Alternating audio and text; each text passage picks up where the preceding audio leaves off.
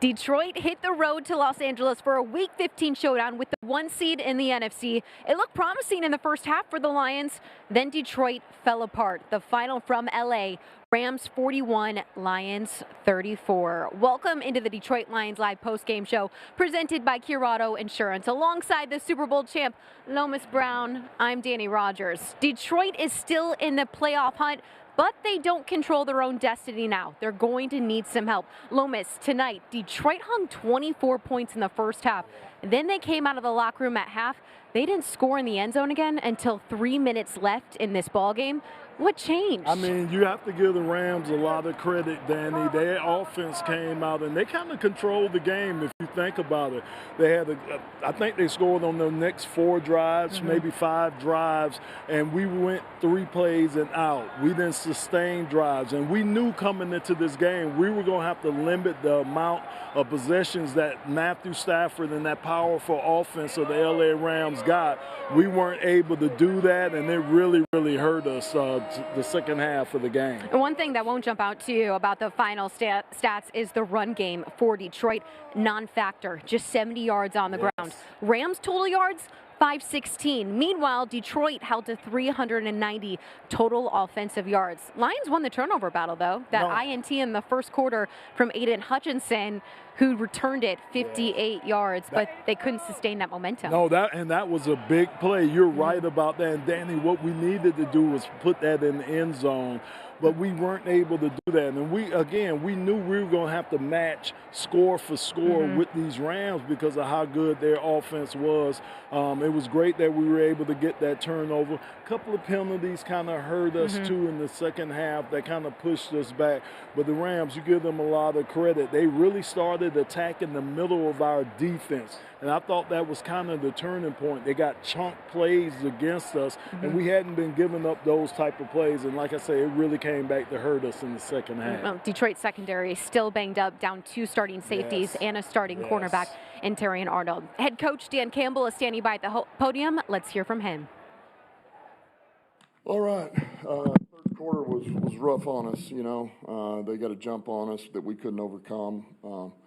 Nakua had a huge day. We couldn't slow him down. Stafford played at a really high level, which we knew he would if we couldn't disrupt him, and more importantly, stop the run. We weren't able to do that. They were able to break through there and grind it out, which made it very difficult on us.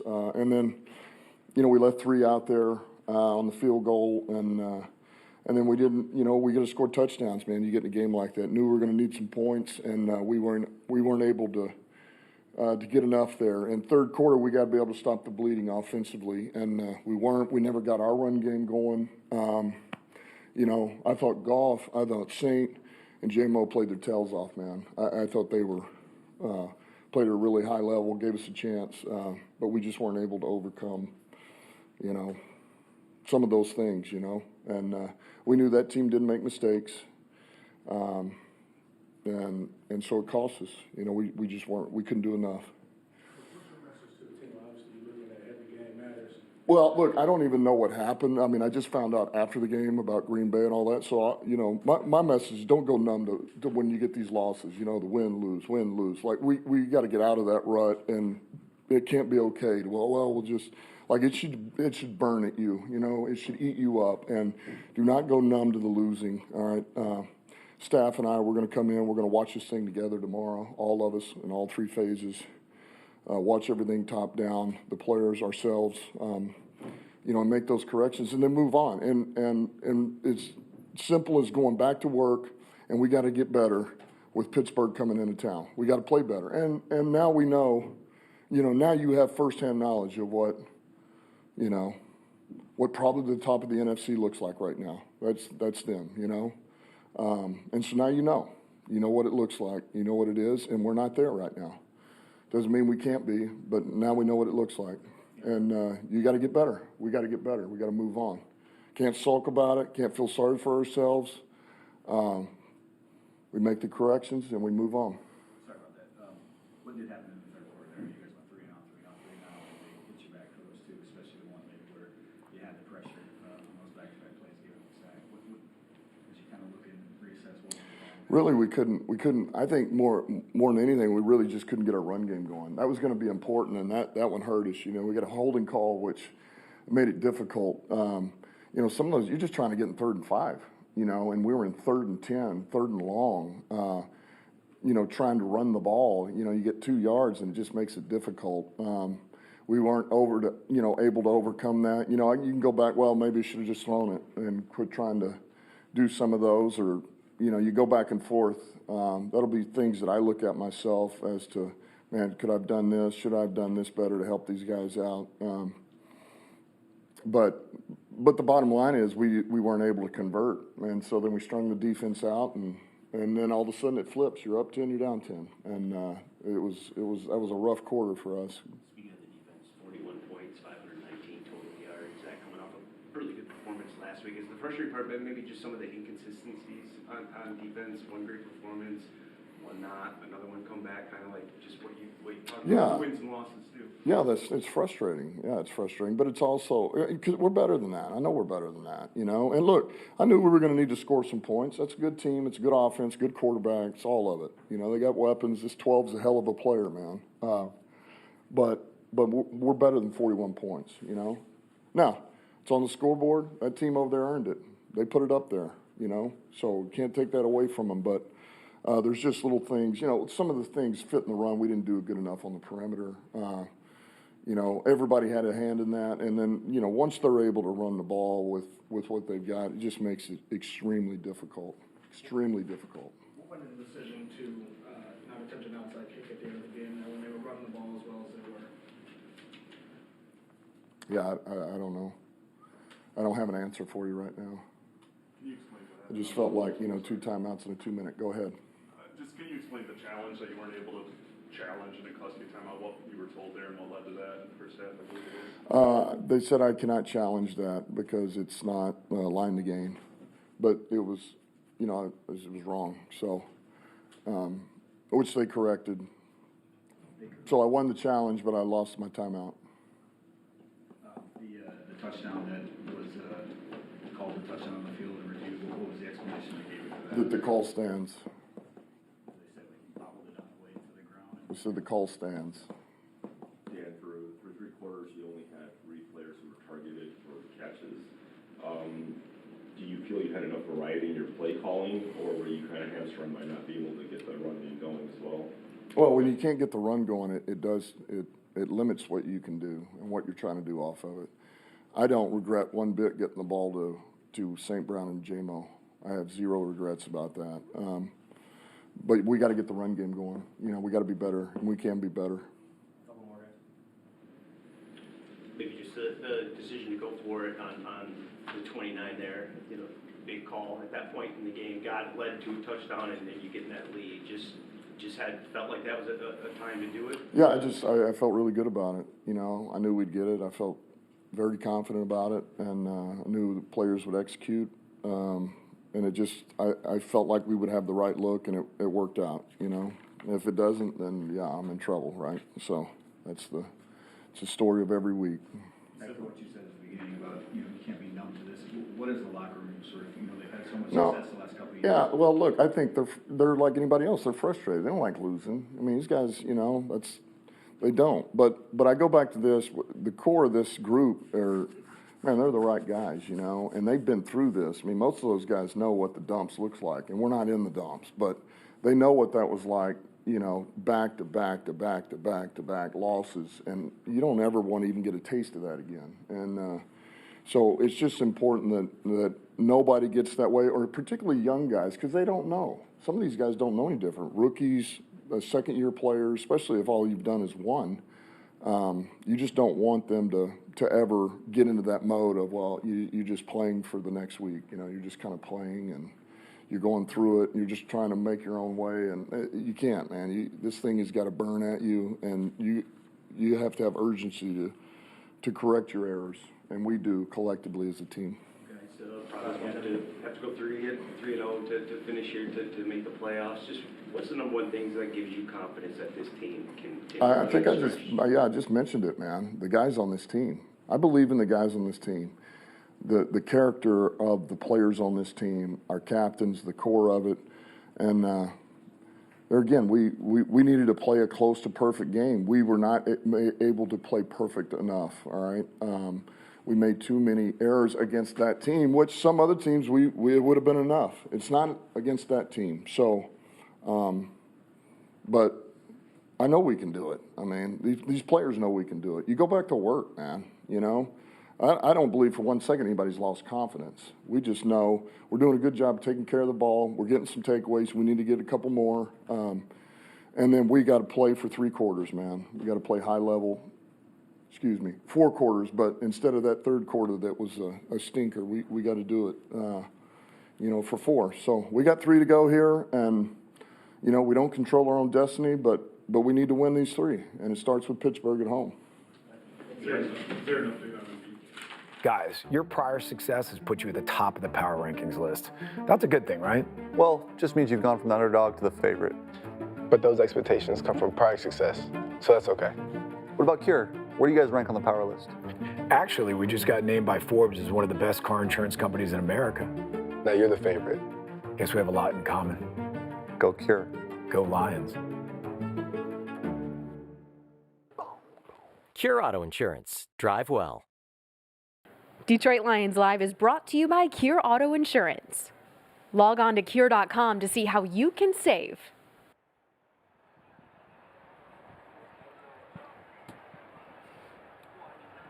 Welcome back. It was an offensive chess match in that first half. 518 total yards combined between both the Rams and the Lions. Jared Goff returns back home to California, back to the team that drafted him #1 overall. He went 25 of 41 on the day, 111.6 rating. Took a couple of sacks, but he took care of the ball, and he had some time to work through most of this game in terms of working in the pocket. No, Jared gave us the opportunity to win this game, Danny. He was point on. He spreaded the ball around. He got to the ball to the receivers and his weapons that he needed to get the ball to. So I think Jared played a very, very good game coming back home to California.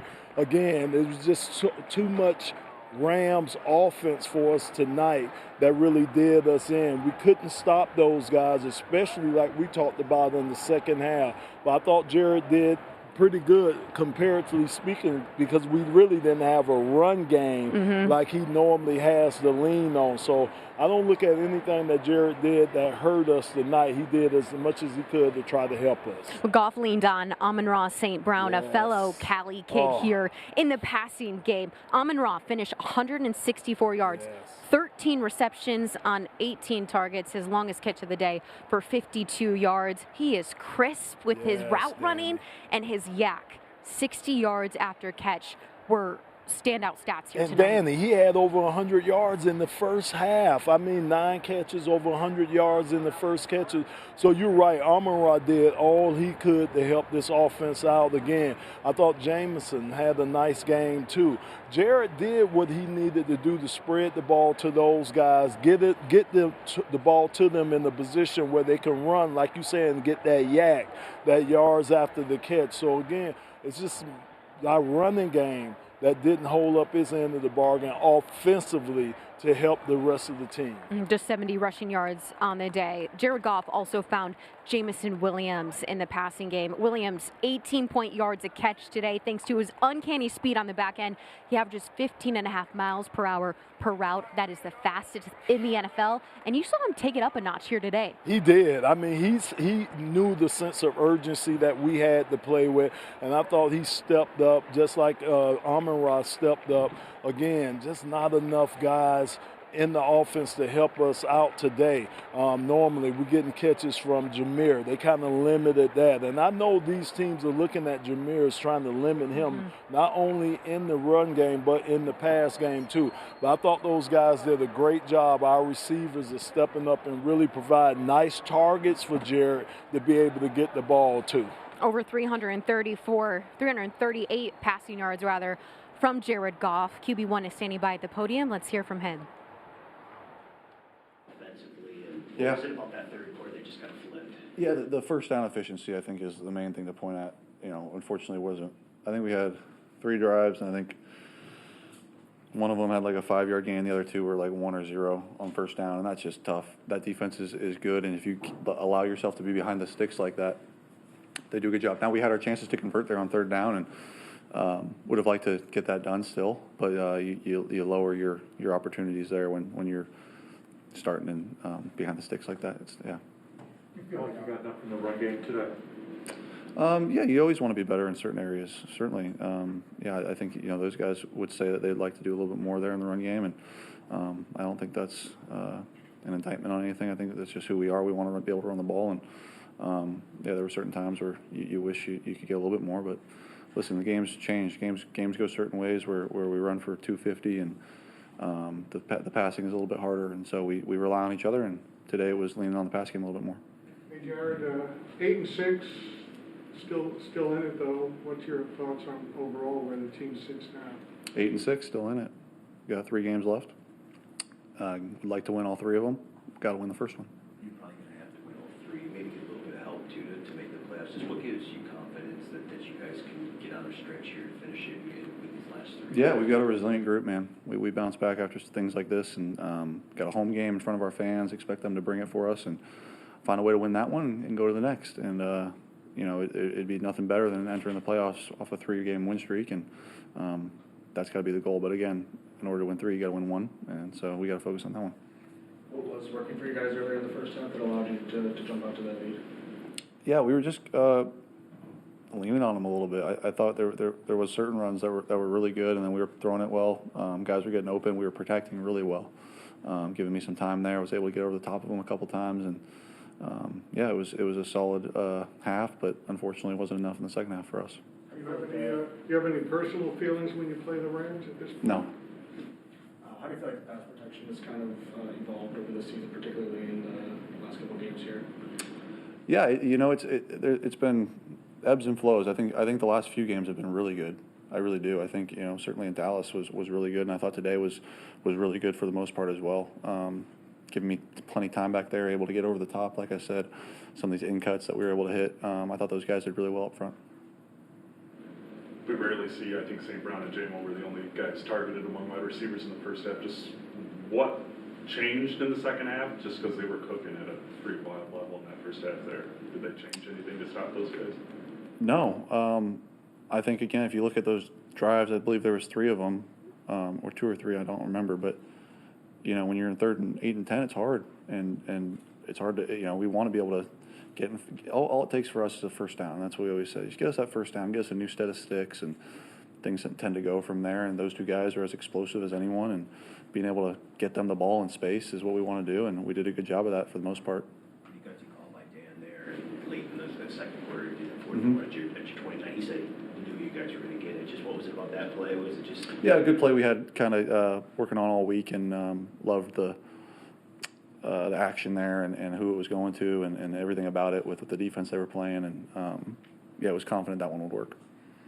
Screen to St. Brown, that was the second time I believe you guys have scored with that type of play in the last couple of weeks. Or what do you like about that play in that situation? You kind of got to have it on third down. Yeah, it's one of those where maybe Dan's planning to go for it on 4th. So if I don't know, what were we, like 3rd and 5 from the 8 or something like that. So if we were able to get to 4th and 1, probably go for it. So it's a good call for that reason.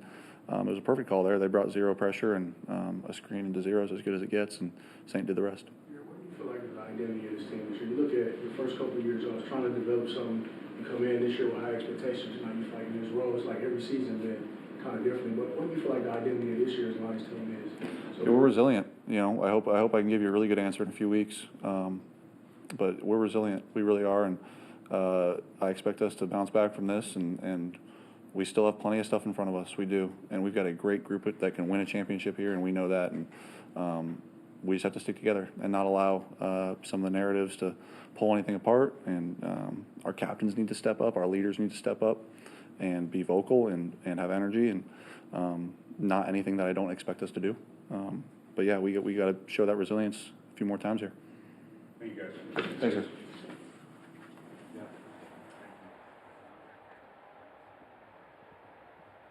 It was a tale of 2 halves for Detroit. Going back to that first half, the first quarter, first drive for the LA Rams, Aiden Hutchinson picks off Matthew Stafford. He was so instinctual on that play, got into the passing lane and ran it back for 58 yards. That man almost got a big man touchdown, but more importantly, he needed some oxygen after that. He did, Danny. That was a big play. If you think about it, that set us up for our first score then. So it was just a nice job of Aiden, like you said, recognizing that Matthew was trying to throw the screen, getting up there, making the catch, and then the yards after the catch were impressive. So again, nice job. He was able to get in on several quarterback hits, got him a sack today. So I thought he played an overall good game today. Again, just needed more help from the other guys on the side of the defense to help him out. But that was a big play, a big turning point because the score was 0-0 at that point. Hutch ended the day with 3 quarterback hits, a sack, 3 total tackles, 1 pass defended. Detroit's defense ended the day with 7 passes defended, but gave up too many explosives when it counted, Lomas. That's what killed us, Danny. You're right, those explosive plays. I mean, it counted for big plays on the offensive side of the ball. It enabled L.A. to move down the field with those explosive plays. One was a 36-yarder. You had a 50-something yarder. You just can't give up those type of plays, especially in games like this where both teams were just tight, you know, statistically and everything. And it was such a big game where we knew it was going to be a play or two, maybe a turnover or whatever. It was going to be something small that could swing the game. Detroit couldn't swing it back their way in the second half. Coming up next in our Detroit Lions Cure Auto Insurance post-game show, next matchup, including the Pittsburgh Steelers at home inside Ford Field, and final thoughts from this big guy. We'll be right back. Guys, your prior success has put you at the top of the power rankings list. That's a good thing, right? Well, just means you've gone from the underdog to the favorite. But those expectations come from prior success, so that's okay. What about Cure? Where do you guys rank on the power list? Actually, we just got named by Forbes as one of the best car insurance companies in America. Now you're the favorite. Guess we have a lot in common. Go Cure. Go Lions. Cure Auto Insurance. Drive well. Detroit Lions Live is brought to you by Cure Auto Insurance. Log on to Cure.com to see how you can save. After falling to 8-6 on the season, Detroit will return home to face a very familiar foe in quarterback Aaron Rodgers and his Pittsburgh Steelers. We won't see them take the field until Monday Night Football against the Miami Dolphins. Detroit knows Rodgers extremely well. How much will that benefit Detroit in this matchup? I think it'll benefit us a lot in that matchup, Danny. You're right. Being familiar with Aaron Rodgers, what he likes to do. Now, this is not the same Aaron Rodgers that we faced when he was with Green Bay, but he's an effective quarterback. Again, I still think the key for us to get that victory is we're going to have to get hits, sacks, and pressures on Aaron Rodgers, get him uncomfortable so he can't find his favorite receivers or find the guys that he's normally trying to go to. So it's going to be important for us to play really, really solid defense, but we're going to have to tie the pass rush in with our pass coverage. That Week 16 matchup with the Steelers will be a 125 kick inside Ford Field, the final home game of the season. Yes. Lions fans have got to bring it. We do. I mean, Danny, if you think about it, we have to win. I said 11 games to get in, so we're going to have to win these next 3 games that we play, and we can. I mean, we can. These are guys that we're familiar with. When you talk about Pittsburgh and Aaron Rodgers, you talk about Chicago, and you talk about Minnesota coming up. So it's winnable games, but we got to go out there and make sure we execute and get these victories. Urgency has a whole new meaning in Detroit. Just 3 games left. Lions will have to win out to even get a shot at the playoffs here. Final takeaways from LA. Detroit was clicking on all cylinders there in the first half. What do they have to do moving forward to make sure they sustain that momentum? Yeah, Danny, just really disappointing that we couldn't sustain the momentum that we had in the first half. We're going to have to definitely change things up in our secondary. I mean, you could just kind of see the injuries are really starting to hurt us. Our first game without Brian Branch being back there, he was our difference maker, but we're going to have to generate a way to get these quarterbacks uncomfortable. Matthew Stafford was too comfortable tonight. He was able to look around, find his guys, and make big plays. We're going to have to shore that up a lot more when we get ready to face Pittsburgh next week. Detroit will have a lot of time to think about this loss and their upcoming opponent in the Steelers. About a 5-hour plane ride back home to Detroit in a very frustrating fashion, that is. The final from Los Angeles, LA 41, Detroit 34. Thanks so much for tuning into our post-game show presented by Cure Auto Insurance. For Lomas Brown, I'm Dannie Rogers. We're getting back on that airplane. We'll see you all in Detroit.